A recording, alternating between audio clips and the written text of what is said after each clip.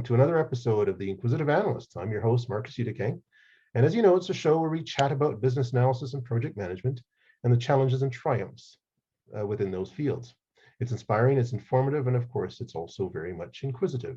My guest today is a business analysis expert, coach, and mentor. He's also a freelance business analysis course instructor and an enterprise strategic analyst, as well as an enterprise business architect. Please help me welcome to today's show, joining us from Texas, Doug Goldberg. Welcome, Doug. Thank you. Thank you for having me. Well, you're very welcome. And it's a great honor to have you on the show. So I thought I would chat with you about your experience as a mentor, which you have quite a bit of experience with. Many business analysts in particular out there in the marketplace are obviously looking for mentors in the field so they can develop and they can grow within their career. So I thought I'd start by asking you, what's the big difference between coaching and mentoring? Yeah, it's a simple but tough question because I think it's changed over the last 5 to 10 years. You know, coaching used to be, I think, thought of as kind of a team sport kind of thing. You know, one guy gets in front of a group of people and gives some blanket direction, or not necessarily a guy. One coach gets in front of a group of people and gives some blanket direction that applies to all people in the group consistently. Right. And the group does what they will with that singular one-size-fits-all direction, and puts it together for the team approach. But in the last few years, coaching has taken on kind of a different form with a more of a one-on-one format in a lot of cases. And life coaching and team coaching and other aspects of coaching have really taken root in recent years, for good reason and with good results. So I think the coaching aspect has produced more individual direction, and produced the same types of results that mentoring has in a lot of cases. On the other side of the fence, the mentoring aspect over the last few years has also changed. I always kind of saw myself as a pure mentor, right? And when I started mentoring back in 2008 or 2009, it was always, I'm going to mentor people, and that's how I referred to myself. And what I came to understand was the mentoring aspect was also beginning to morph. When I started, it was very focused on the individual, as it should be, and it was very focused on specific needs of the individual. But I also began to notice that there was a tendency for individuals to not be willing to consider it as a fee-for-service type of arrangement. There was a tendency for individuals not to really put in significant effort in a lot of the relationships that I had. They really needed an incentive to be part of the mentoring relationship. So it wasn't so one-sided. So people would come to me and ask me for guidance and support, but there was a lot of expectation in some cases that the support was the work, that needed to get done. And I think there was a lot of awakening and awareness when I shared with them that wasn't my role. My role was the guide. Right. So, and to finish answering your question, I think there has been a convergence of the two in recent years, where there is more fee-for-service mentoring, there is more one-on-one coaching, and I think there's less and less difference as time goes on than there used to be. Yeah, I didn't actually know that. It's good to know. Thank you. So what motivated you to become a mentor, and what would you say are the best practices of a good mentor? Hmm. Honestly, nothing motivated me to become a mentor. Somebody asked me to do it. I was like, this was again back in 2008 or 9. It had never occurred to me to be able to mentor somebody. And I had I had become involved in the IIBA and heavily engaged in internet forums and posting articles and blogs about business analysis. And somebody reached out to me to ask me if I would mentor them, and I'm like, okay. And at that time, I think we all go through our careers and we think, either I know everything or I don't know anything. And I was kind of the latter. I don't know enough to help anybody. When that person asked me, it became apparent that I actually have things that I can offer somebody else. And that was a really good feeling. So I tried it out, and it became a really successful engagement that I never knew in a million years I would be successful at, and really, really get a lot of fulfillment and enjoyment from. And the mentee got great results too, from their own perspective. And it became something that I really fell in love with, and it's something that has stuck with me ever since. Being part of somebody else's success, watching them grow and stand on their own 2 feet. So that's a great segue into your second question. I think part of being a mentor is setting boundaries. Part of being a good mentor is setting boundaries, and that starts on the first interaction with a candidate mentee. Setting boundaries for me is first meeting the person to make sure that there's a good rapport between the two people, so that we understand how we interact with each other. So there's a social boundary that's getting set. And then the second part is, how do we set the boundary around what that relationship looks like? And for me, there's some rules that I use to govern our relationship. And there's a financial boundary, because I use a fee for service model. There's a expectation boundary of you show up on time and respect for my time.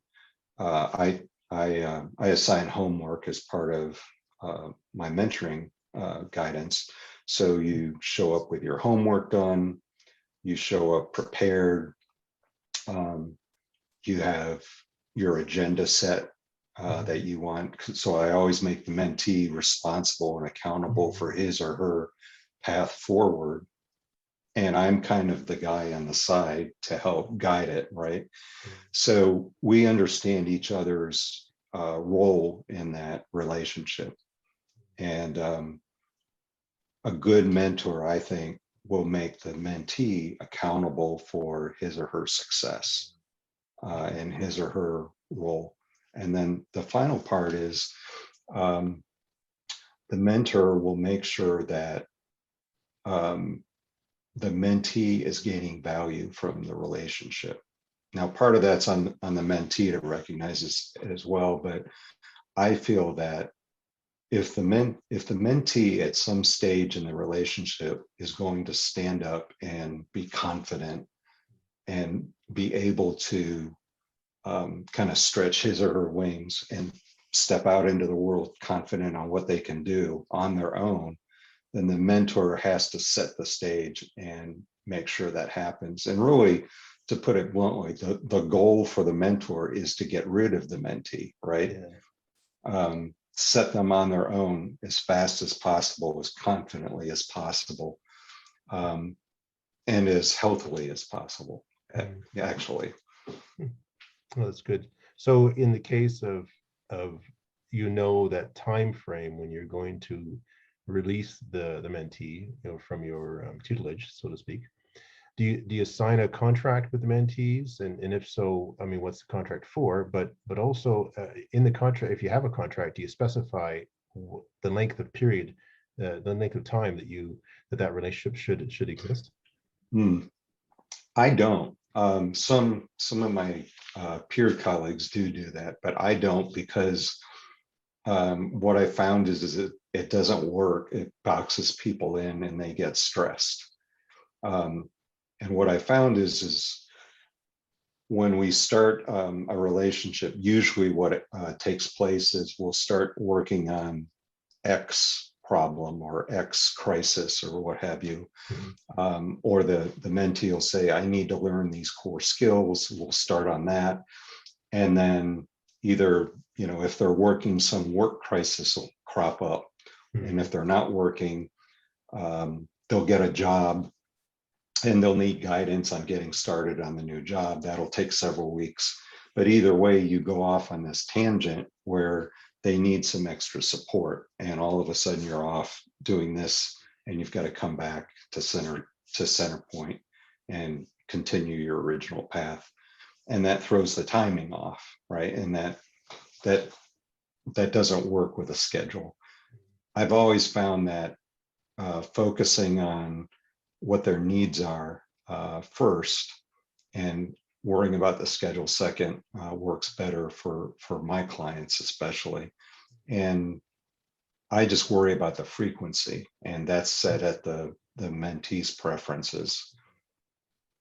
And that so you don't necessarily have an exact time frame, but do you have a contract at all that you work with? I do have a contract, and the contract is very basic. It talks about well, there's two pieces. One is a non-disclosure agreement, and then the contract is about the financial agreement per session and the boundaries of liability, like the advice that I would give as a mentor in a relationship with a mentee is meant as professional guidance. It's not meant as the gospel to take back to a workplace and implement, word for word. You have to apply it practically based on your situation. So, but it's a very basic contract just to basically ratify the relationship. Right. Okay. And you talked a bit about some of the expectations you have on the mentee. Are there any other expectations? For example, do you only take people who are mid-level careers, or and not beginners, or do you only take beginners in the field? Oh no, I started doing just beginners because at the time, I told you kind of where my head was at, so that was less intimidating. But as I did it more and more, I had people contacting me who had read articles and stuff. And the strange thing was, these were people from all over the globe because of the internet. And I started working with people in Australia and Russia, and it's just all over the place, little dots here and there. And it was kind of neat to have cultural differences in the way people learn and talk and think about things. So that was exciting. And the engagements that we had were actually very fruitful in that regard. Oh, that's kind of cool. Is there any time midway through a session that you feel this collaboration is probably not working well and you recommend to the mentee, maybe you should find another mentor? Yeah, I do that. It's rare, but it happens. Sometimes we get into situations, or I get into situations where I recognize that the mentee is not focused or not committed, usually one of the two. And the not focused could be they're thinking about 1,000 different things at once. They want to earn money. They want to get a job right away. That's what they're focused on tomorrow, but they don't really recognize that the training takes X number of months, X number of years of practice, what have you. And it's a long-term commitment. they're looking for a short-term fix. Mm. And so, today they might be looking at how do I do an interview? The next session 2 weeks later, they're looking at how do I do another technique? And Yeah. it's not an overnight 2 week, I learn this, and I learn this, and I'm done Yeah. kind of thing. Yeah. So I have to kind of reel them back in and let them know how certain things kind of fit together, and you practice and you go through a building process. Yeah. The other one is more related to the contractual part. Are Mm. you committed to really doing this work? So I'll have people that either show up and they haven't done what they said they were going to do, Mm. or they continually cancel or miss Mm. scheduled sessions, and that just sets them back. They lose their place of where they were when we were supposed to have our original session, Mm. and you kind of have to mentally backtrack. Okay, this is where you were at the time. Where are you now? And they haven't done anything since that point. So, they've lost all that mental progress, and you have to backtrack them. And then that's when you have to have those conversations about, where's your head at with all this? Yeah. I guess that would be part of the contract too. You could say, well, if you miss, 1 or 2 sessions, kind of, these are the repercussions, or maybe there's a fee involved, a cancellation fee involved or something like that, to give them a better incentive to stay on track, I would assume. I do a cancellation fee on a session by session situation, that is part of the contract. So if they miss a session without telling me, or they don't reschedule within 24 hours, there is I treat that as a used session with no refund, just in respect for my time. And Yeah. that's the incentive for me that I found works, because when I started, for the first 2 or 3 years, I wasn't charging at all. Mm. And that's what was missing. I did some research with some colleagues about how do I keep people engaged in their own educational endeavors, in their own professional Right. education. And really the only thing that's worked as an incentive is financial. Yeah. And I really never wanted to do that, but it's what works. Now, I will tell you, there's been 2 or 3 people that I've worked with that have been so committed to their future that I've ended up working with them for free for over a year or 2. One I just finished with, she was in Macedonia. She found me out of the blue, and she was incredible. And just worked nonstop, did everything you could ever imagine, and then some. And those are the Yeah. people that I've always wanted to work with, Yeah. the ones that dug in and did everything extra and Yeah. asked questions, and were really committed to themselves. Those are the Yeah. ones that I started doing this with, in hopes that I could have great effect with. Nice. Very nice.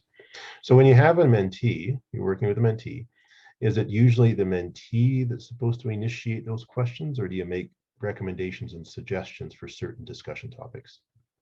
It's kind of both, because, okay, so the mentee's coming to you for help, right? So there's a certain understanding that if they're coming to you for help, they might not know what questions to even think about asking, right? So I factor that in, but I think they should take ownership of trying to put together their agenda, trying to put together the questions, or at least saying, I don't understand what I'm supposed to do, to show that they've attempted the obligation or the task that is on them to do.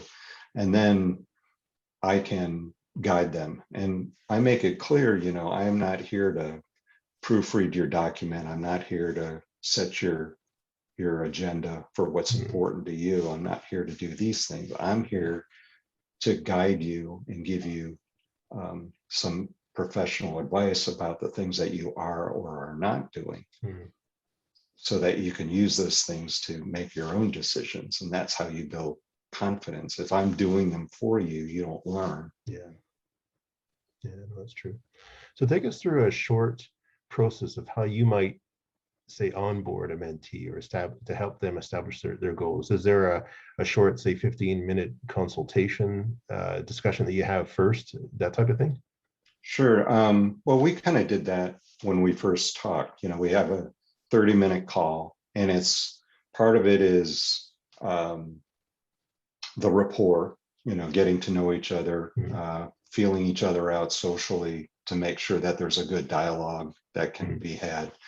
The second part is this is what the contract looks like, and this is the fee structure. And then the third part is here's what I expect in the relationship, and I need to hear what you expect.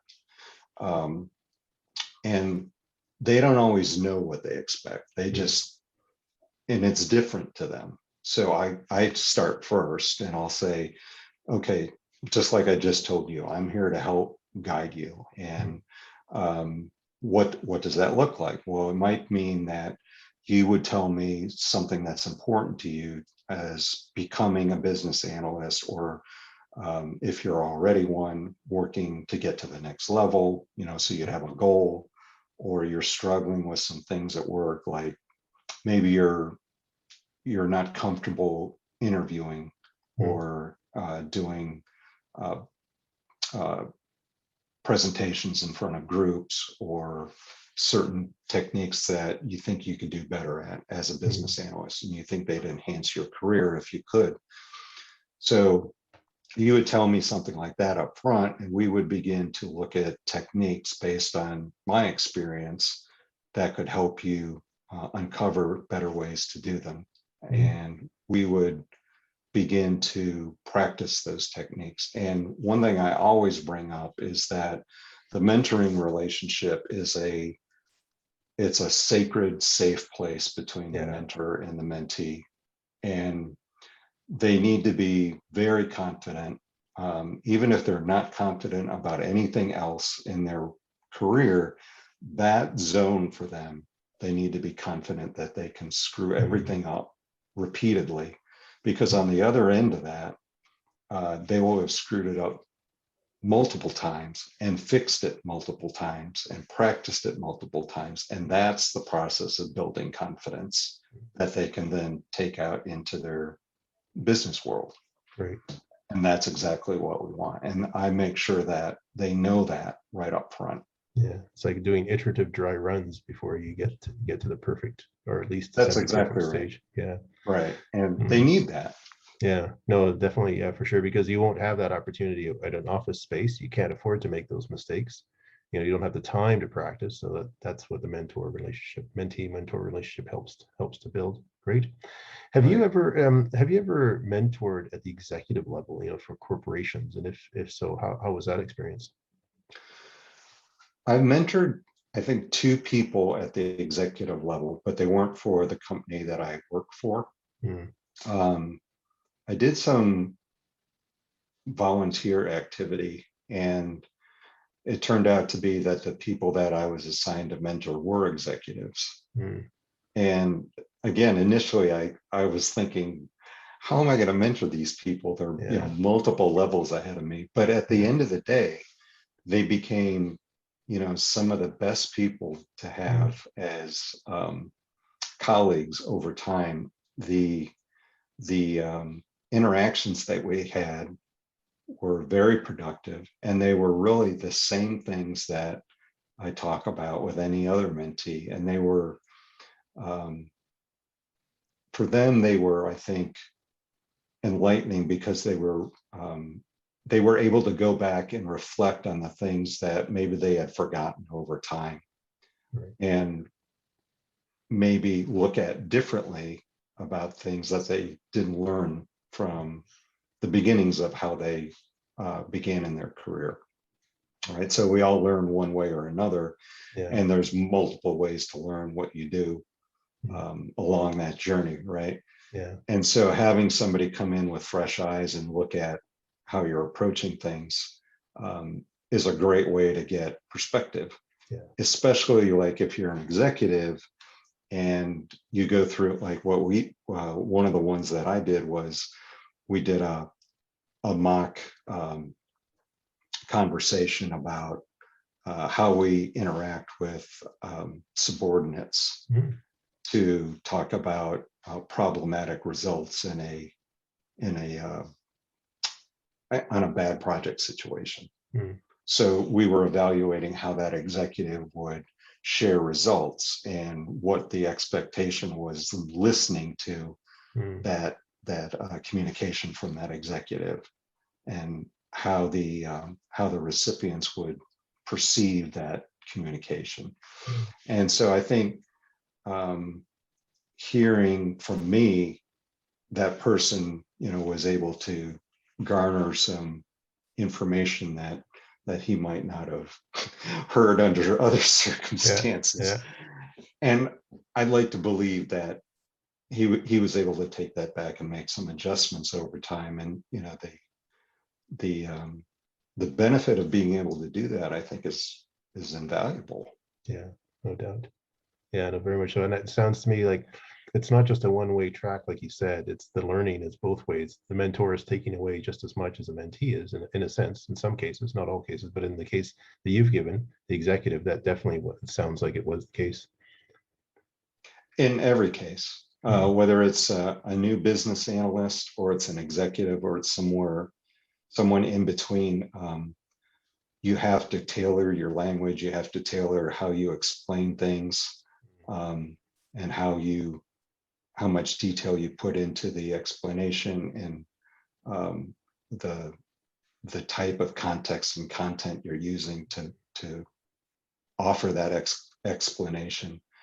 And it's always a challenge. And I've moved from business analysis to business architecture in the last few years, and those are skills that I'm continually challenged with at a new level. And if I didn't have the practice that I had, since being a mentor and being a business analyst all those years, I'd be in much worse shape than I am today. So it's a great way for me to continually learn and going through these mentoring situations.